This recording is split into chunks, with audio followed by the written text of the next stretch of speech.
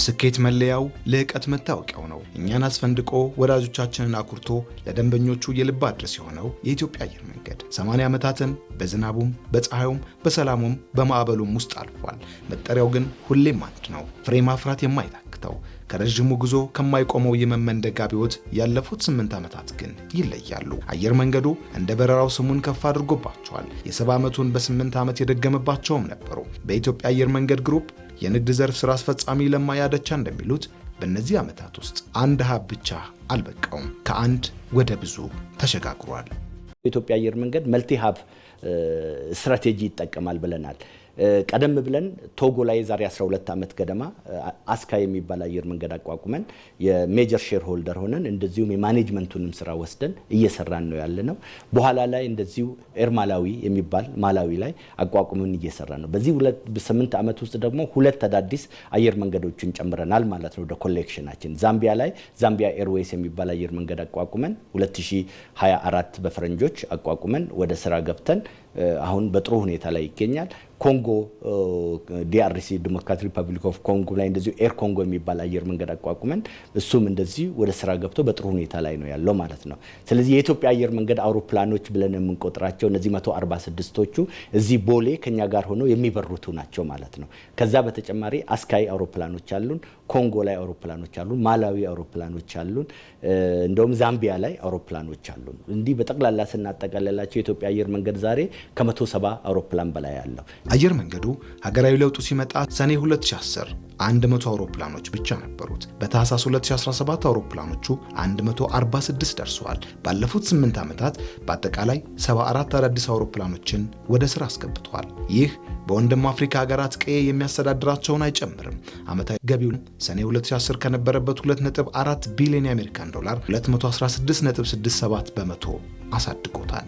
ይህ ትርፍ አንድ ስራ ብቻ በመስራት በአንድ የገቢ አርዕስት ላይ በመወሰን የመጣ አይደለም። የገቢ መጠናችን አብዛኛው ከመንገደኛ አገልግሎት የሚመጣ ቢሆንም እንግዲህ እንቁላሎቻችንን አንድ ባስኬት ውስጥ መክተቱ ተገቢ ስላልሆነ ዳይቨርሲፋይድ ቢዝነስ ሞዴል ነው የምንጠቀመው። እነዚህ ዳይቨርሲፋይድ የሆኑ ቢዝነስ ዩኒትስ ግን በደንብ ኢንተግሬትድ ሆኖ እርስ በራሳቸው እንዲናበቡ አድርገን ነው የሰራናቸው። ይሄን የትምህርት ቤት አለን፣ አቪዬሽን ዩኒቨርሲቲ ተማሪዎችን ያሰለጥናል። ሜንቴናንስ ሪፔር ኦቨርኦል ኤምአርኦ አለን። የኢትዮጵያ አየር መንገድ የሚበራቸውን አውሮፕላኖች ይጠግናል። አፍሪካ ውስጥ መካከለኛው ምስራቅ ላይ የሚበሩትን አውሮፕላኖች ይጠግናል። የትላልቆቹንም አገሮች አውሮፕላኖች ሳይቀር እዚህ እንጠግናለን። የካርጎ እና ሎጂስቲክስ አገልግሎት አለን። የጭነት እናጓጉዛለን ከተለያዩ የዓለም ክፍል ወደ ኢትዮጵያና ከተለያዩ ዓለም ክፍል እርስ በራሳቸው አገናኝተን እንሰራለን። የመንገደኛ አገልግሎት ማኔጂንግ ዳይሬክተር ኢትዮጵያ ኢንተርናሽናል ኤርላይንስ ብለን የሰየምነው ክፍል አለ። ያ ክፍል ከኢትዮጵያ ውጭ ያሉትን የኢትዮጵያ አየር መንገድ ስራዎች ይሰራል። የኢትዮጵያን ኤክስፕረስ ብለን ወይ ደግሞ የኢትዮጵያን የሀገር ውስጥ በረራ የሚያሳልጠው ክፍል አለ። የኢትዮጵያ ኬተሪንግ ሰርቪስስ ብለን የሰየምነው ክፍል አለ። ይሄ የምግብ ማደራጃ ነው። በነገራችን ላይ ከአፍሪካ ትልቁ ኬተሪንግ ካምፓኒ ያለው ድርጅት የኢትዮጵያ አየር መንገድ ነው እና እንደ አገርም ኢትዮጵያ ናት። ምክንያቱም በቀን ከ100,000 በላይ ምግብ እናመርታለን። ለበረራ የሚያገለግሉ ከ100,000 በላይ እናመርታለን። የኢትዮጵያን ሆስፒታሊቲ ግሩፕ ብለን የሰራ ነው። የኢትዮጵያ ስካይላይት ደግሞ ሌላኛው የገቢ ምንጫችን ነው ማለት ነው። የኢትዮጵያ ኤርፖርቶች ድርጅት እንደዚሁ አንዱ የኢትዮጵያ አየር መንገድ አካል ነው። አሁን ዛሬ ላይ 27 ኤርፖርቶችን ያስተዳድራል። በሚቀጥሉት ጊዜያቶች ወደ አፍሪካ ተስፋፍተን አፍሪካ ውስጥ የተለያዩ የኤርፖርቶችን ሰርተን ገንብተን ለማስተዳደር አቅመዋለን ማለት ነው። እና እነዚህ ሁሉ አንድ ላይ ተጠራቅመው የኢትዮጵያ አየር መንገድ በ80 ዓመት ጊዜው አቺቭ ያደረጋቸው ሰክሰስ ስቶሪስ ናቸው ማለት ነው። ከአውሮፕላን ጥገና እስከ ስልጠና፣ ከምግብ ዝግጅት እስከ ሆቴል መስተንግዶ፣ ከኢኮሜርስ እስከ ማኑፋክቸሪንግ ሁሉም ገቢው ላይ ጡብ ያስቀምጣሉ። ራስን መቻልማ የተጠራበት ነው። የሰው ሀብት ልማቱ ለዚህ አብነት ሆኖ ይነሳል። የዛሬ 3 ዓመት ገደማ ይህንን አቪዬሽን አካዳሚ ወደ ዩኒቨርሲቲ ደረጃ ያሳድገናል። ዓለም አቀፍ ደረጃውን በጠበቀ ሁኔታ አድርገን አሁን የመቀበል አቅሙን 4000 ያደርሰናል። 4000 ደረሰ ማለት እንግዲህ የኢትዮጵያ አየር መንገድ ድሮ አካዳሚ በነበርንበት ጊዜ የበረራ አስተናጋጆችን፣ ቴክኒሽያኖችን፣ ፓይለቶችን፣ የንግድ ስራ ላይ የሚሰሩ፣ ፋይናንስ ላይ የሚሰሩ፣ በሆቴልና ኬተሪንግ ላይ የሚሰሩ ሰራተኞችን ነበር የምናመርተው። አሁን ከዛም አልፈን በኤሮኖቲካል ኢንጂነሪንግ፣ በአቪዬሽን ሜንቴናንስ እንደዚሁም በሆስፒታሊቲ ቢዝነስ የመጀመሪያ ዲግሪ እና የማስተርስ ዲግሪ እየሰጠን እንገኛለን ማለት ነው። ባለፉት 8 ዓመት ጊዜ ውስጥ ብቻ ይሄ ትምህርት ቤት ከ10,000 በላይ ተማሪዎችን አስተምሮ አስመርቀዋል።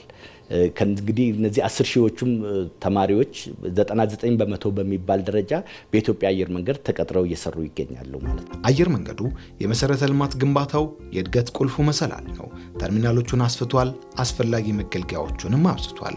ከ64 ዓመታት በኋላ ደግሞ በቅርቡ ሌላ ስኬቱን ያሳየናል። በ80 ሚሊዮን ዶላር ወጪ የተገነባውንና ሁሉንም የድርጅቱን የሥራ ክፍሎች የሚይዘው አዲሱ ዋና መስሪያ ቤትን ያስመርቃል። አየር መንገዱ ቱሪዝም የእኔው ነው ብሎ እየተሳተፈበት ያለ አንኳር ዘርፍ ነው። ሀላላ ኬላን የኢትዮጵያ አየር መንገድ አካል የሆነ የኢትዮጵያ ስካይላይት ያስተዳድራል። ጨበራ ጩርጩራን እንደዚሁ ስካይላይት ያስተዳድራል። ወንጪ ላይ የኢትዮጵያ አየር መንገድ ያስተዳድራል። ከኢትዮጵያ አየር መንገድ ከሚያስተዳድራቸውም ውጪ እንደምታውቁት ጅግጅጋ ሐይቅ ላይ፣ ባህር ዳር ላይ የተለያዩ ቦታዎች ላይ የተሰሩ የቱሪስት መዳረሻዎች ስላሉ ያንን የሚመጥን አስተሳሰብ ሊኖር ይገባል ብለን ራዕይ 2040 ሰንቀን እየተንቀሳቀስን ነው። አሁን የኢትዮጵያ አየር መንገድ በዓለም አቀፍ ደረጃ በከፍተኛ የካርጎ ጭነት አቅም ከአፍሪካ አልፎ በዓለም አቀፍ የአቪዬሽን ኢንዱስትሪ ውስጥ ተጽዕኖ እየፈጠረ እሱስ የሁላችንም ነው ተሰኝቷል። 8ቱ የለውጥ ዓመታትም ባለውለታ ናቸው። ካለፈው መጪው እንደሚበልጥም በአንክሮ አስመስክሯል።